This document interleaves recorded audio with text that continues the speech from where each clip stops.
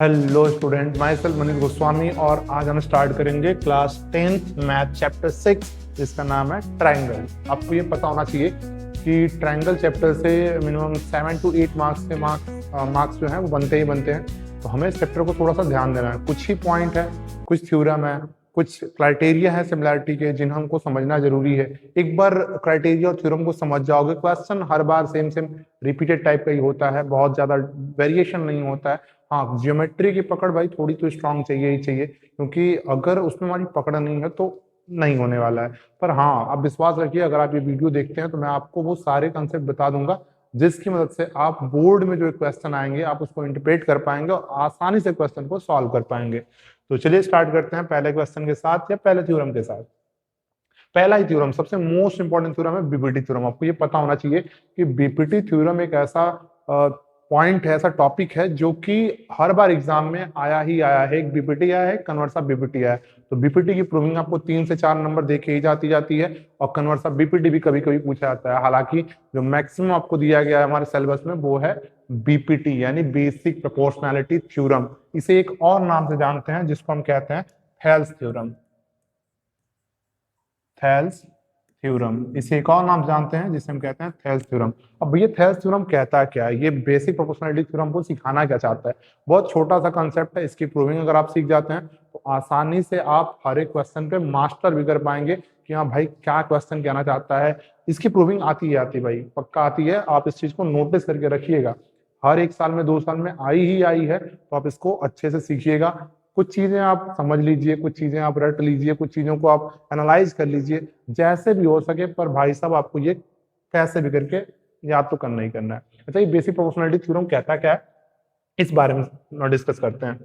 तो basic proportionality theorem कहता है the basic proportionality theorem BPT, जिसे हम कहते हैं थेल्स थ्योरम, स्टेट दैट, वो कहता है कि if a line is drawn parallel to the one side of a triangle, किसी भी ट्रायंगल, जो हमारे पास एक ट्रायंगल दिया गया है, उस ट्रायंगल के अगर एक साइड के पैरेलल कोई एक लाइन बनाई जाए, parallel to one side of a triangle intersect the other two side at a distinct point, ये जो लाइन है वो बाकी दो साइडों को डिस्टिंक्ट पॉइंट पे कट करता है, तो then it is divide those two sides in the same ratio. तो ये जो लाइन है ये बाकी बची हुई जो दो लाइनें हैं उनको सेम रेशियो में काटेगा।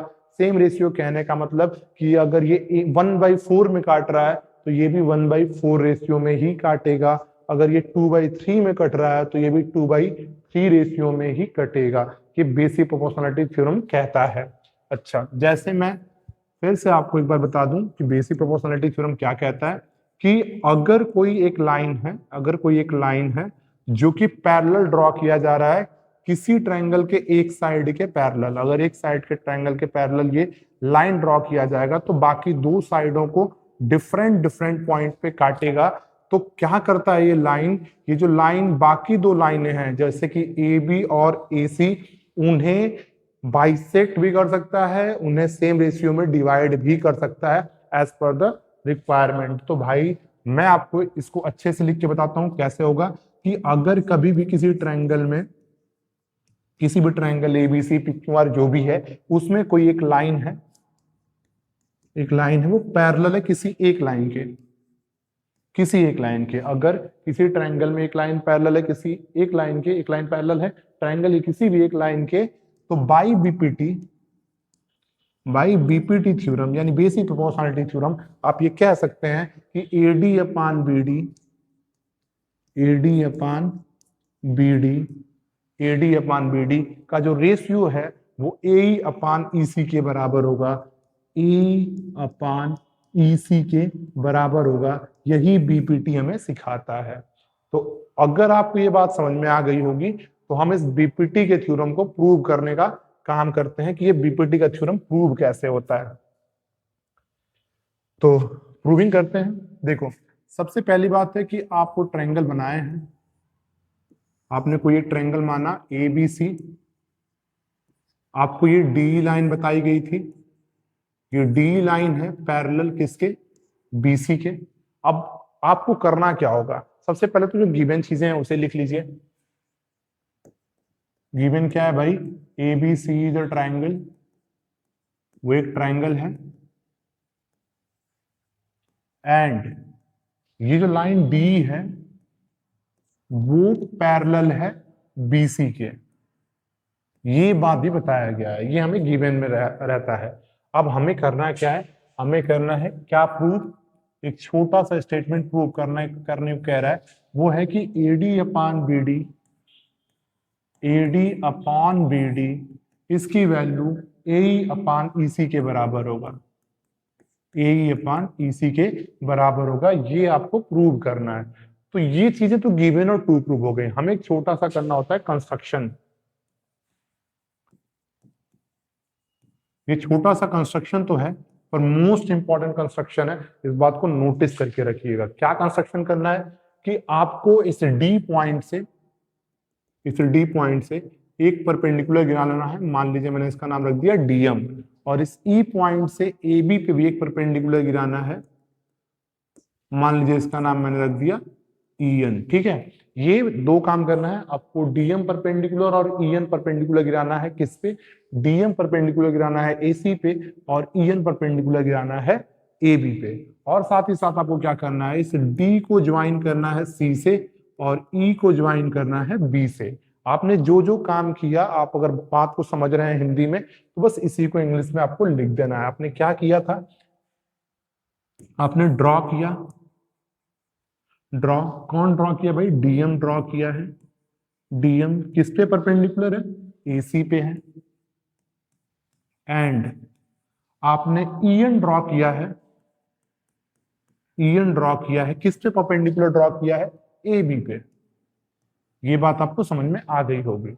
और आपने क्या किया है, आपने एक और काम किया है कि बी को और डीसी को ज्वाइन किया है, also join BE and DC. आपने डीसी को और बी को भी ज्वाइन करने का काम किया है कंस्ट्रक्शन में। अब आपका गिवन हो गया, टू प्रूव हो गया, कंस्ट्रक्शन हो गया, तो अब हम आएंगे किस पे, अब हमारा मुद्दा रहेगा सॉल्यूशन पे।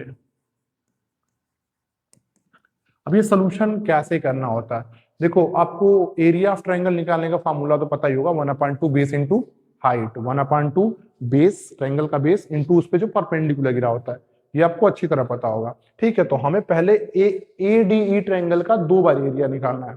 क्यों निकालना है ये बात हम अभी समझ जाएंगे, पहले फिलहाल जो मैं कह रहा हूं उस पर फोकस करिए कि आपको ए डी ई ट्रायंगल का एरिया 2 बार निकालना है।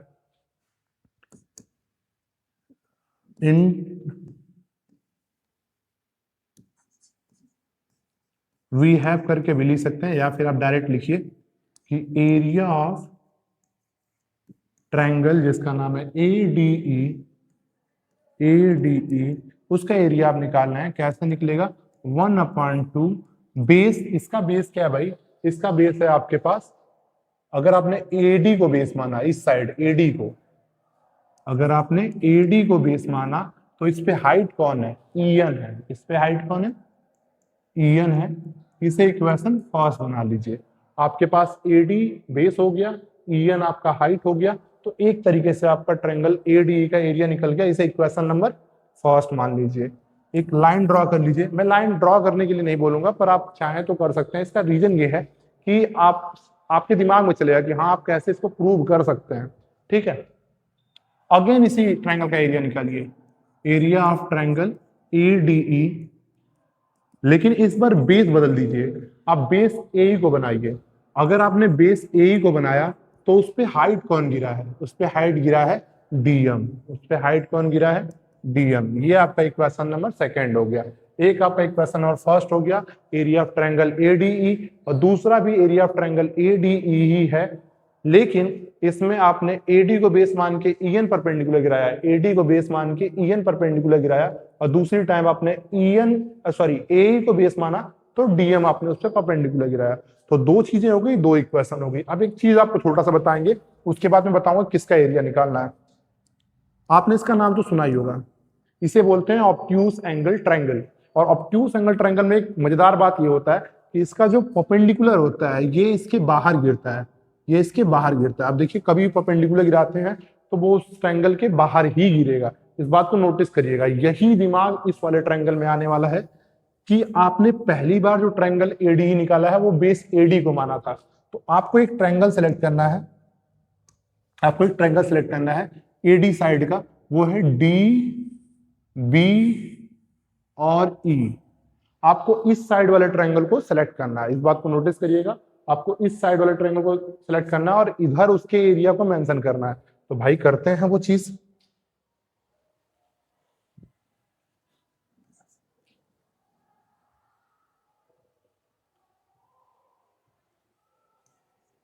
एरिया ऑफ ट्रायंगल, इसका नाम हमने क्या बताया था, D B E. D B E क्या होगा भाई, वही 1/2 बेस। बेस आपने अगर बीडी को माना है, बेस आपने अगर बीडी को माना है, तो मैं अभी बताया हूं, ये आपको देख के लग रहा हो कि ये एक ऑब्ट्यूस एंगल ट्रायंगल है, और ऑब्ट्यूस एंगल ट्रायंगल का जो हाइट होता है परपेंडिकुलर, वो बाहर गिरता है, यानी इसका परपेंडिकुलर ईएन होगा। तो यानी एरिया ऑफ ट्रायंगल डीबी जो होगा 1/2 बेस डीबी इनटू हाइट क्या होगा, ईएन होगा। इक्वेशन नंबर थर्ड इसे मान लीजिए। ठीक है, ये काम आपने कर दिया। इधर भी आ जाइए, area of triangle.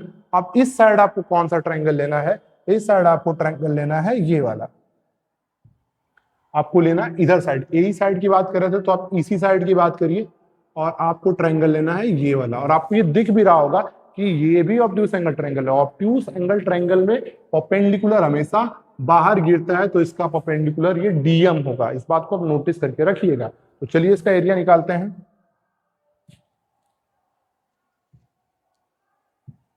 Area of triangle, इसका नाम ई सी डी।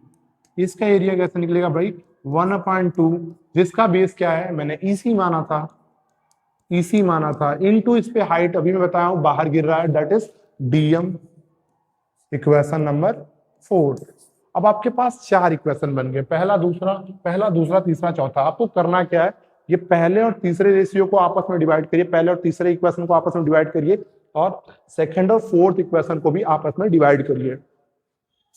तो फ्रॉम इक्वेशन या divide equation, divide equation first by third. आपने फर्स्ट इक्वेशन को थर्ड से डिवाइड कर दिया, तो करिए भाई। इधर क्या आएगा, इधर आएगा area of triangle ADE upon area of triangle DBE. और इस साइड नोटिस करिए कि इनका भी जब रेशियो बनेगा, इनका भी जब रेशियो बनेगा, यानी कि 1/2 into AD into E N, और इधर भी रेशियो बनेगा 1 मतलब डिवाइड होगा B D upon E N से। आप नोटिस करिए कि आप किसको किसको कट कर दे रहे हैं। आप इजिली कट करेंगे, ई एन को ई एन से कर देंगे, 1/2 को 1/2 से कट कर देंगे, यानी आपके पास बनेगा ए डी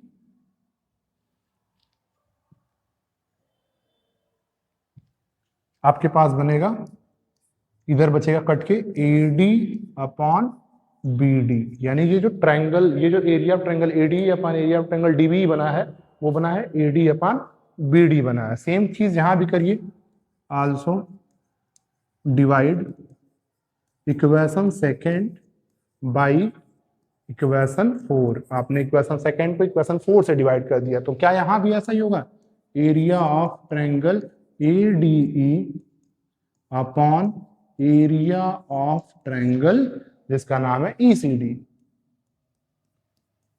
और जब इधर भी करेंगे वैसे काटा पीटी मचाएंगे, तो 1/2 से 1/2 कट जाएगा, डीएम से डीएम कट जाएगा, बचेगा क्या, ए अपॉन ईसी। ठीक है, आप यहां तक तो पहुंच गए हैं। इसे इक्वेशन मान लीजिएगा कि ये इक्वेशन आपका 5th है और ये इक्वेशन आपका 6 है।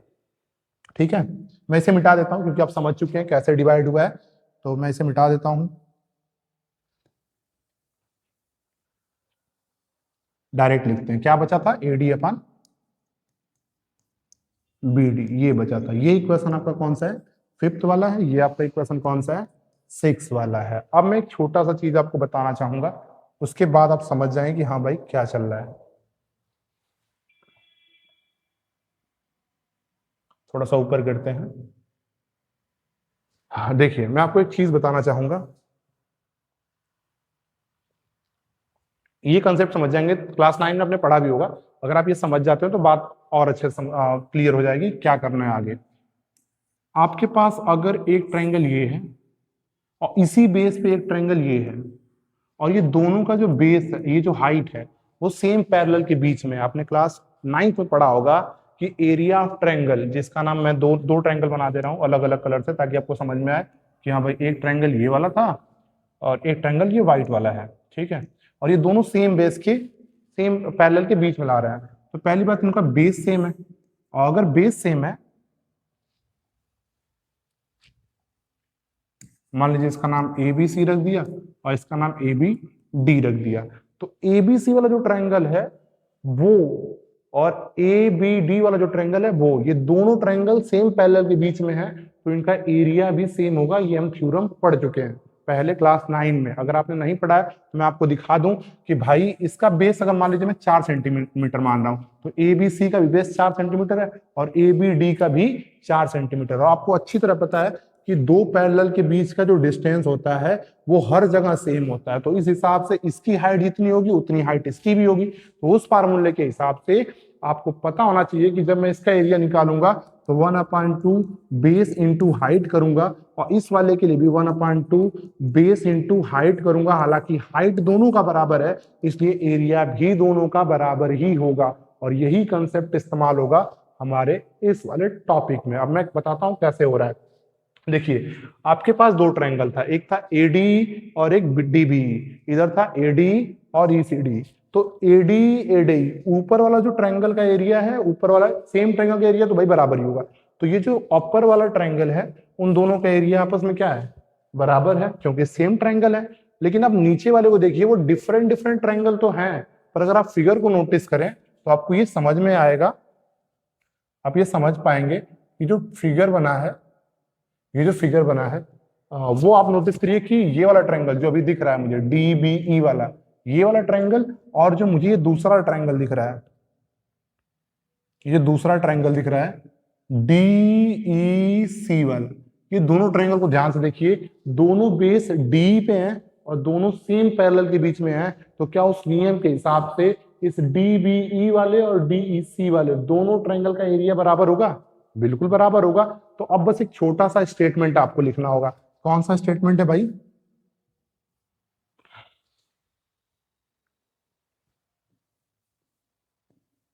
एक छोटा सा आपको स्टेटमेंट लिखना होगा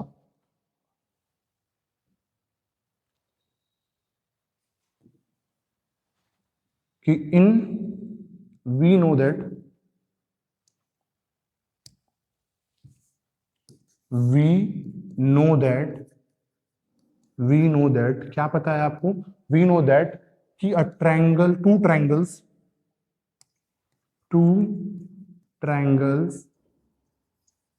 triangles having same base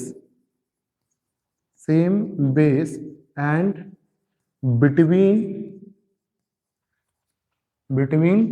same triangles have या triangles are equal in areas, यानी वो एरिया में इक्वल होंगे, और ये हम मानेंगे इसे इक्वेशन नंबर 7। यानी कि मैं आपको क्या बता रहा हूं कि ये दोनों जो साइड है, area of triangle AD upon area of triangle DB, और इस side area of triangle AD upon area of triangle ECD, ये ऊपर वाले तो वैसे ही बराबर हो गया एरिया, और नीचे का एरिया बराबर हो गया अकॉर्डिंग टू इक्वेशन नंबर 7। ठीक है। अब अगर मैं 5, 6 और 7 को देखूं, आपने यूक्लिड एग्जाम पढ़ा होगा कि अगर आपके जो द इक्वल्स आर, आपने पढ़ा होगा एक तो थ्योरम है उसमें कि अगर चीजें इधर की बराबर है, यानी लेफ्ट हैंड साइड की बराबर है, तो राइट हैंड साइड भी बराबर होगा। तो उस नियम के हिसाब से अगर ये साइड का पूरा कंटेंट बराबर है, तो एडी अपान बीडी का और ए अपान ईसी का वैल्यू भी बराबर होगा। तो बस फाइनली आपको ये लिखना है, फ्रॉम इक्वेशन, कौन कौन सा है भाई? 5th है, 6th है और 7 है। फ्रॉम इक्वेशन 5th, 6 एंड 7 हम डायरेक्ट लिख सकते हैं AD upon BD equal to AE upon EC, और यही हमको करना था प्रूव। तो ये हो गया आपका बीपीटी थ्योरम प्रूव। तो बस इतनी सी बात आपको कैसे भी चाहे याद कर लीजिए, चाहे इसको आप समझ लीजिए, रट लीजिए, कैसे भी कर लीजिए, पर आपको ये चीज आना ही आना चाहिए, क्योंकि ये हर बार नहीं कह सकते पर हर 1-2 साल में आया ही आया है। मतलब ये मोस्ट इंपॉर्टेंट थ्योरम है आपके एग्जाम के हिसाब से। तो इस चीज को आप नोटिस कर लीजिएगा। आप वीडियो पॉज करके आप इस चीज को नोट करना चाहें तो नोट कर सकते हैं। अब मैं आपको बताना चाहूंगा इसके आगे वाला चीज, that is converse of BPT. अब ये कन्वर्स ऑफ बीपीटी क्या होता है ये मैं आपको समझा दूं, फिर इसके बाद इन पे बेस्ड कुछ क्वेश्चन लगाएंगे। कन्वर्स ऑफ बीपीटी, हालांकि इसकी प्रूविंग अब नहीं आती है, पर आप इसके बारे में जानिएगा कि ये कन्वर्स ऑफ बीपीटी होता क्या है। कन्वर्स ऑफ बीपीटी कहता है कि अगर आपके पास एक कोई ट्रायंगल है एबीसी, और इस ट्रायंगल में कोई एक लाइन है जो कि इन दो ए बी और ए सी साइड को इंटरसेक्ट कर रहा है इन द सेम रेशियो, यानी कि मान लो ये डी है और ये ई है। तो इस बार क्या होने वाला है, इस बार ट्रायंगल में हमको ये पहले से पता होगा कि जो A D upon B D का रेशियो है वो बराबर है ए ई अपान ई सी के, ए ई अपान ईसी के। तो अगर ये रेशियो ही बराबर हो जाए तो by converse of BPT, by converse of BPT आप कह सकते हैं कि जो डी लाइन है वो बीसी के पैरेलल है। तो इस दो चीजों को याद रखना। पहला क्या था, पहला बीपीटी था कि अगर ये पैरेलल है तो सेम रेशियो में काटेगा, और कन्वर्स क्या कहता है कि अगर सेम रेशियो में कट गया है तो लाइन आपस में क्या होगी, पैरेलल होगी। ये सिर्फ दो थ्योरम है, एक बीपीटी थ्योरम, एक converse of BPT theorem. BPT theorem exam में आता ही आता है, कन्वर्स बीपीटी थ्योरम पहले आता था, अभी फिलहाल नहीं आता, तो उसकी प्रूविंग नहीं ध्यान देना है, पर आपको ये चीज तो पता ही होना चाहिए कि कन्वर्स ऑफ बीपीटी होता क्या है। अब कुछ क्वेश्चन करते हैं, इसके बाद मुझे उम्मीद है कि आपको समझ में आ जाएगा कि हाँ ये क्वेश्चन कैसे पूछता है और क्या क्या पूछ सकता है। तो ये एक क्वेश्चन है छोटा सा,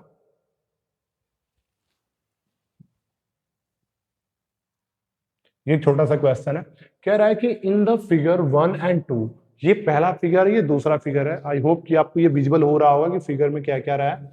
इन दो फिगर में बताया गया है कि डी बीसी के पैरेलल है, पहले से बोल दिया गया कि डी बीसी के पैरेलल है, डी बीसी के पैरेलल, ये दोनों चीज आपको बता चुका है।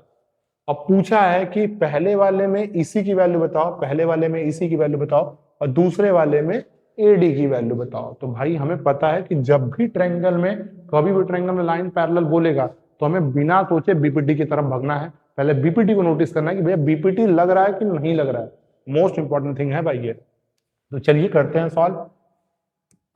पहला क्वेश्चन सॉल्व करते हैं। इन ट्रायंगल ए बी सी, इसमें हमारे पास पहले से क्या दिया गया है कि जो डी है वो पैरेलल है, किसके पैरेलल है, बीसी के। तो अगर डी बीसी के पैरेलल है तो बाई बीपीटी थ्योरम,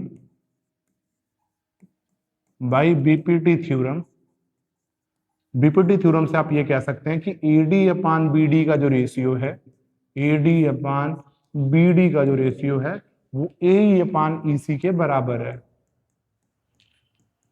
आपको जो वैल्यू दी गई है उस वैल्यू को रख लीजिए और सॉल्व कर लीजिए। एडी की वैल्यू 1.5 और ये बीडी की वैल्यू है आपके पास 3, इसकी वैल्यू 1 सेंटीमीटर। तो आपको ईसी की वैल्यू बतानी है। नॉर्मली सॉल्व कर दिए हो जाएगा, क्योंकि ये 1.5 से 2 डबल टाइम में घटेगा 3, तो 1.5 से इसको अगर काटते हैं तो ये 2 बार में कट जाएगा, यानी कि जो रेशियो है वो बनने वाला है 1/2 इक्वल टू 1/EC, और क्रॉस मल्टीप्लाई कर देंगे तो इधर EC चला गया और इधर 2 1 जा 2, यानी आपका जो आंसर आएगा EC का वो 2 सेंटीमीटर आ जाएगा पहले वाले क्वेश्चन में। आपका काम होगा कि आप क्वेश्चन सेकेंड का एडी की वैल्यू मुझे बताइए, ये आपकी जिम्मेदारी रहेगी कि आप एडी की वैल्यू निकाल के मुझे कमेंट में बता दीजिएगा। अब आगे बढ़ते हैं, इसके बाद एक और क्वेश्चन देखते हैं, ये वाला क्वेश्चन। ये क्वेश्चन काफी बार आया हुआ है,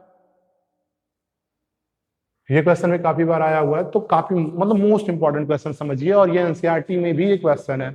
तो क्वेश्चन क्या कह रहा है कि in the figure D parallel to AC, तो डी कौन है भाई, डी यहाँ है, वो किसके पैरेलल है, डी पैरेलल टू एसी, ये डी एसी के पैरेलल है, नोटिस कर लिया। यानी हमें एक फिगर दिखा ए बी सी, और ए बी सी वाले में ये जो डी है वो एसी के पैरेलल है। पहला चीज दिखा, मैं अभी बताऊं, जैसे ही पैरेलल दिखे तुरंत दिमाग लगाओ कि भैया बीपीटी की तरफ भगना है, पहला टारगेट यही होना चाहिए कि हमको बीपीटी की तरफ भगना है। दूसरा चीज ये कह रहा है कि डीएफ पैरेलल टू ए, तो अब ये डीएफ पैरेलल टू ए कहाँ है भाई, डीएफ ये है, डीएफ ये है, ए ये है, यानी मुझे एक और ट्रायंगल दिख रहा है जिसका नाम है ए बी ई। इस ए बी ई में भी दो लाइन पैरेलल है। मैंने डिफरेंट डिफरेंट कलर से आपको नोटिस किया कि रेड कलर से एक ट्रायंगल बन रहा है बड़ा वाला, और उसमें ये लाइन इसके पैरेलल है, और वैसे ही आपको येलो कलर में एक ट्रायंगल दिख रहा होगा जिसमें डी एफ ए ई के पैरेलल है। आपको ये प्रूव करना है भाई साहब, आपको अगर ये प्रूव करना है ना, तो पहले तो जो दो ट्रायंगल में बीपीटी लगाना है उसको लगा लो। पहला बी सी ए, उसमें बीपीटी लगाओ, दूसरा बी ई ए, इसमें बीपीटी लगाओ, अपने आप दोनों इक्वेशन से हमें वैल्यू मिल जाएगी। मैं करके दिखाता हूं। पहले ये रेड वाले की बात करते हैं, ठीक है। यानी कि इन ट्रायंगल जिसका नाम है ए बी सी, इस ए बी सी में आपके पास क्या दिया गया है, डीई पैरेलल टू ए सी। ये जो डी है वो पैरेलल है किसके, ए सी के। तो बाई बीपीटी क्या लगेगा, जैसे ही पैरेलल दिखा पहला काम बीपीटी, तो बाई बीपीटी क्या मिलने वाला है, B upon E C, be upon E C is equal to, इस साइड क्या मिलेगा, B D upon A D, B D upon A D. इसे इक्वेशन फर्स्ट मान लीजिए। आल्सो, अब मैं अभी बताया हूं कि आप किस ट्रायंगल की तरफ जाएंगे, जो मैं दूसरा ट्रायंगल आपको बता रहा था, यानी ये वाला, ये वाला, ये ए बी ई वाला, उसमें कौन कौन पैरेलल है, डीएफ को ए के पैरेलल बताया गया। तो उसके बारे में बात करिए। In triangle A B E, A B E में क्या दिया गया है, ये जो डीएफ है, डीएफ है वो पैरेलल है ए के, और अगर डीएफ पैरेलल है ए के तो इस हिसाब से B F upon F C, B F upon F E की जो वैल्यू है वो बराबर होगी B D upon A D के, B D upon A D के। ये इक्वेशन नंबर सेकंड। अब जरा ध्यान से नोटिस करिएगा कि आपके पास क्या है, आपके पास है ये इक्वेशन और ये इक्वेशन, इसमें B D upon A D है, इसमें भी B D upon A D है। तो अगर ये साइड और ये साइड को देखा जाए, यानी राइट हैंड साइड को, तो B D upon A D दोनों इक्वेशन में है। तो अगर ये साइड की वैल्यू बराबर है तो क्या उस साइड की वैल्यू भी आपस में बराबर होगी, बिल्कुल होगी भाई। तो from equation first and second आपको डायरेक्ट मिल जाएगा कि B upon E C, be upon E C is equal to B F upon F E, B F upon F E. और यही आपको प्रूव करना है कि B F upon F E equal to B upon E C, बिल्कुल यही prove करना है। इस बात को नोट कर लीजिएगा। तो बहुत इजी होता है बीपीटी थ्योरम। अगर आपको बीपीटी का कंसेप्ट पता है तो क्वेश्चन में जैसे ही पैरेलल चीजें बताएं आप बीपीटी की तरफ भगिए, आप मैक्सिमम क्वेश्चन को कर ही लेंगे। अगर आपने बीपीटी वाला कंसेप्ट को समझा कि पैरेलल बताया मतलब बीपीटी की तरफ एक बार भगते हैं। अगर बीपीटी की तरफ भगे तो हमें कुछ चीजें तो मिल ही जाएंगी रिलेवेंट टू आवर आंसर। और थोड़ा सा जो ज्योमेट्री का मतलब ये होता है भाई कि आप पढ़े क्या है पास्ट में, प्रेजेंट में आपसे क्वेश्चन क्या पूछा है और फ्यूचर में लाना क्या है। अगर ये तीनों चीजों को आप कंबाइन कर लेते हैं तो कोई भी क्वेश्चन दे बीपीटी का आप आसानी से कर पाएंगे। ठीक है, मैं आगे और बढ़ता हूं, देखते हैं और क्या क्वेश्चन है। ये क्वेश्चन, ये काफी इंपॉर्टेंट क्वेश्चन है कि एबीसीडी एक ट्राइपीजियम है जिसमें ए बी पैरेलल टू है डीसी। तो आपके पास एक ट्राइपीजियम बनाया गया है जिसका नाम है ABCD, A B C D. और इस एबीसीडी में बोला गया है कि ये जो ए बी लाइन है वो सी डी के पैरेलल है। भाई जैसे ही पैरेलल बताया दिमाग समझ जाना चाहिए, काम होने वाला है। And it's diagonal intersect each other at the point O. और इसके जो डायगोनल है, मान लो एक डायगोनल ये है और एक डायगोनल ये है, ये एक दूसरे को कहाँ काट रहे हैं भाई, तो ये एक दूसरे को ओ पे काट रहे हैं। ठीक है, ये एक दूसरे को ओ पे काट रहे हैं। अब क्या करना है कि शो करना है कि एओ अपान बीओ, एओ अपान बीओ और कौन है भैया, सीओ अपान डीओ की रेशियो बराबर होगी। अब जैसे रेशियो बराबर की बात बोले, पैरेलल लाइन बोले, तो मतलब हमको बीपीटी की तरफ एक बार भगना चाहिए। तो बीपीटी से कंसेप्ट लगाते हैं, देखते हैं हमारा आंसर आता है कि नहीं आता है। तो पहले गिवन जो है वो चीज हम लिख लेंगे। गिवन ये है कि ए बी सी डी एक ट्राइपीजियम है, ट्रेपीजियम।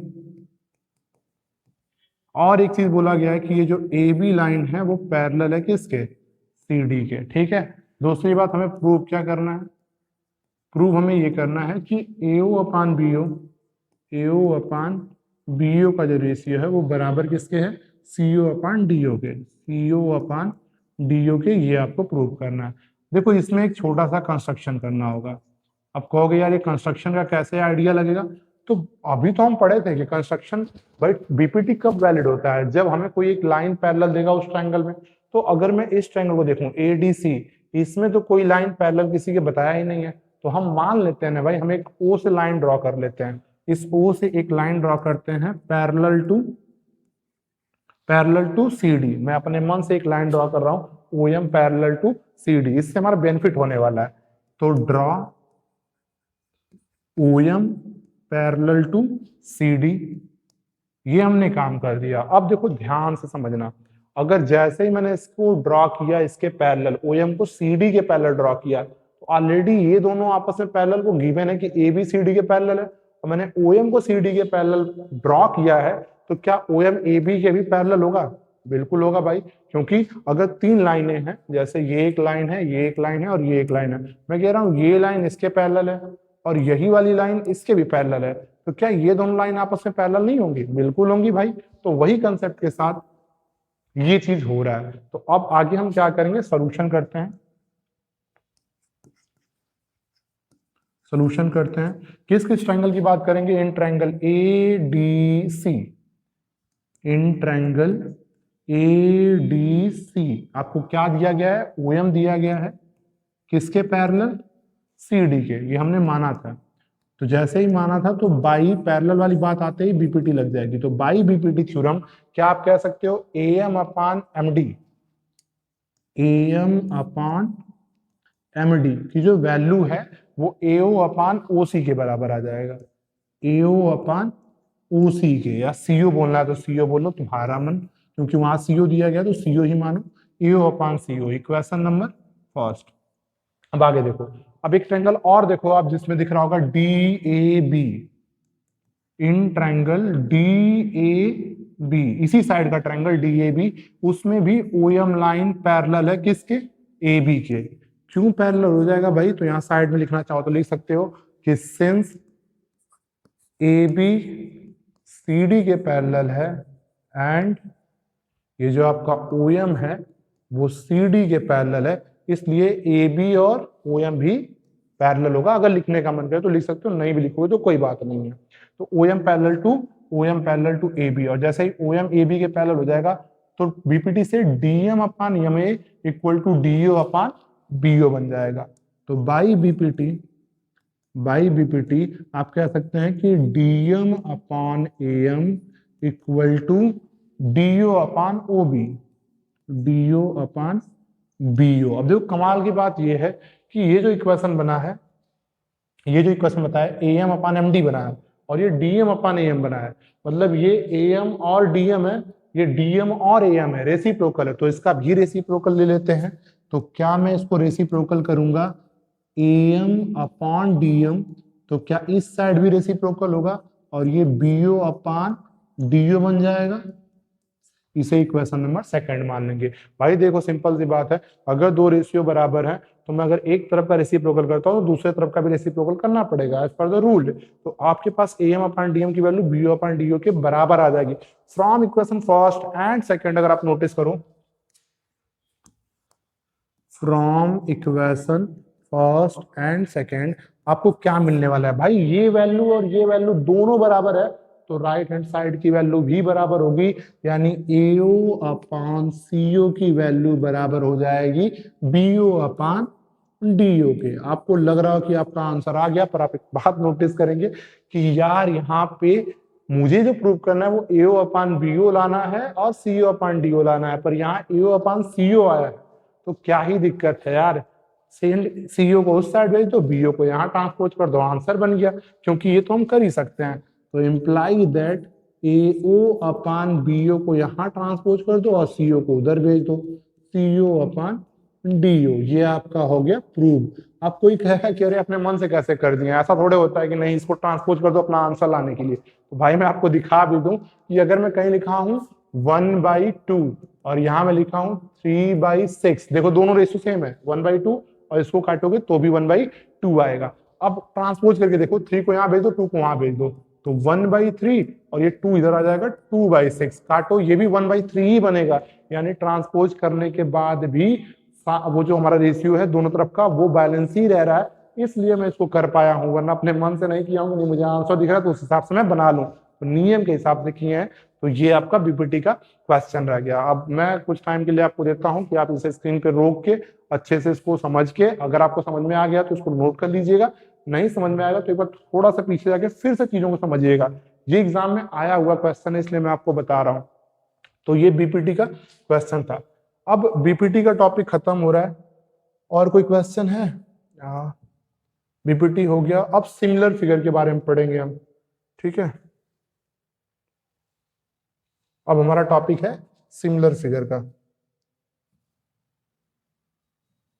ये काम नहीं कर रहा है, कोई बात नहीं है। सिमिलर फिगर का ये मतलब टॉपिक जो हमारा था वो बीपीटी का खत्म हो गया। अब हमारे पास सिमिलर फिगर का टॉपिक स्टार्ट हो रहा है। तो सिमिलर फिगर यानी सिमिलैरिटी ऑफ ट्रायंगल की जब बात करेंगे तो उसमें आपको ये सारी चीजें पढ़ाएंगे। मैं आपको कुछ क्वेश्चन दे दूंगा जिससे कि आप उसको कर पाए। मैं आपको 1-2 क्वेश्चन ही देता हूं ताकि आप उसे ट्राई करने का ट्राई करें। जैसे कि इसमें तो सिमिलैरिटी कॉन्ग्रुएंसी है, तो सिमिलैरिटी है तो बाद में इसके बारे में सोचा जाएगा। यहाँ भी सिमिलैरिटी है, तो ठीक है, ये सारे क्वेश्चन सिमिलैरिटी के हैं। मैं कुछ क्वेश्चन ऐड कर दूंगा एज अ डिस्क्रिप्शन, आप उसमें क्वेश्चन को देख लीजिएगा और उसके हिसाब से उसको सॉल्व करिएगा। तो आज के लिए इतना बहुत है, कल मिलेंगे और मैं आपको सिमिलैरिटी वाले टॉपिक को तीनों खत्म करके दिखाऊंगा और आपको बताऊंगा कि सिमिलैरिटी भी बड़ा आसान है, जैसा कि ये बीपीटी था। तो एक बीपीटी होता है, एक कन्वर्स ऑफ बीपीटी होता है। तो मैंने बीपीटी का प्रैक्टिस करा दिया, आपको क्वेश्चन भी बता दिया। कन्वर्स ऑफ बीपीटी के भी क्वेश्चन आप थोड़ा सा ट्राई करेंगे तो हो जाएगा। कुछ क्वेश्चन में गिन चुन के लाऊंगा। कल हम सिमिलैरिटी पढ़ेंगे और सिमिलैरिटी में जितने भी क्वेश्चन जो प्रीवियस ईयर आए हैं वो भी मैं आपको दिखाऊंगा। ये प्रीवियस ईयर ही क्वेश्चन है, ये 1 2 3 जो क्वेश्चन मैं यहाँ लगाया हूँ ये तीनों क्वेश्चन प्रीवियस ईयर ही आए हुए क्वेश्चन है। ये भी प्रीवियस ईयर में आया, ये भी प्रीवियस ईयर में आया, ये भी प्रीवियस ईयर में आया, और जो क्वेश्चन मैं कराया हूँ वो भी प्रीवियस ईयर में ही आया था। तो आज के लिए इतना बहुत है, थैंक यू। हम मिलेंगे फिर अगले दिन इस चैप्टर के सिमिलैरिटी वाले टॉपिक को लेके। Thank you.